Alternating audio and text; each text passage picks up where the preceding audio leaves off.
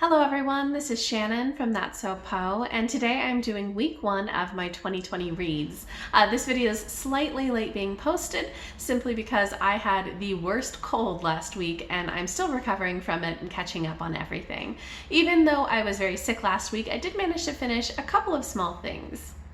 So the first thing that I finished was not something that I actually read, but was something that Sush, my husband, read out loud to me as a bedtime story, which was The Girl on the Boat by P.G. Wodehouse. So this is a short novel by P.G. Wodehouse, who is the author of the Jeeves and Wooster series, if you're familiar with it. And this was very much in his normal vein of being ridiculous, kind of comedy of errors, characters that are just so fascinatingly flawed and fun and just a real romp. His writing style is hilarious, and this book had a lot of that really funny writing. The characters, though, that were the main characters of the story were so annoying. I really loved the side characters in this story, but the main characters, it's basically a love story, were just the worst people ever. So the main premise is this is set, kind of contemporary to Wodehouse, so maybe 1920s or 30s.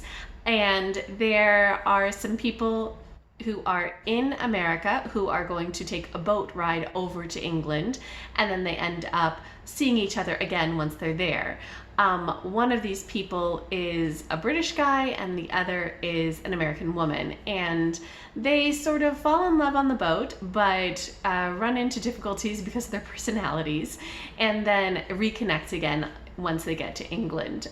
The side characters in this are hilarious. There is an aunt who is just this very powerful, directed person who wants to get things done her way. There is another side character called Jane, who is a friend of the American woman, and Jane used to live in Africa and always carries around her gun with her and is just like, let's go get him. She's very fun. There's even a really cute little bulldog that seems very scary, except that the heart of the bulldog, he just wants to meet everybody and like be part of the action and have fun. And it's just a lot of silliness, a lot of, ridiculous situations, but there's huge chunks which are about those two main characters, and they're just the worst people. Wodehouse totally knows that they're the worst people too. He'll make little snide comments every once in a while about their characters. So I'm not quite sure why he made that choice. Overall, I gave this 3.5 stars. I did just love Wodehouse's writing, but getting through the main character's story was a little bit annoying. The other book I finished was a picture book. So I read Just Ask by Sonia Sotomayor, illustrated by Raphael Lopez. This is a picture book that I heard about from Priscilla at Bookie Charm. I'll link her channel below, and also I'll link the video that she did doing recommendations of Latinx picture books where I got this recommendation from. I really loved this book. Not only is the illustration style very much to my taste, it's just both adorable and beautiful at the same time, but the story was great. So Sonia Sotomayor, who is one of our Supreme Justices, has type 1 diabetes. So as a child, she had to deal with that, giving herself insulin shots, these sorts of things. And what she's done in this book is made a young children's picture book where there's all of these different children who each have different disabilities. So some are deaf, some have ADHD, some have autism, all sorts of different things. And in the book, they're each coming together to build a very diverse garden.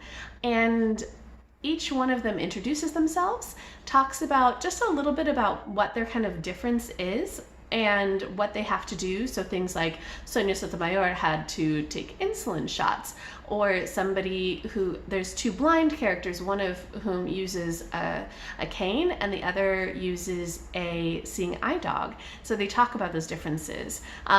They also talk about some kids on the autism spectrum, one of whom is like super energetic and wants to memorize all the details and facts and figures, and the other of whom is very quiet and withdrawn. So it presents all of these different characters and many different ways of having variations of the same type of disability.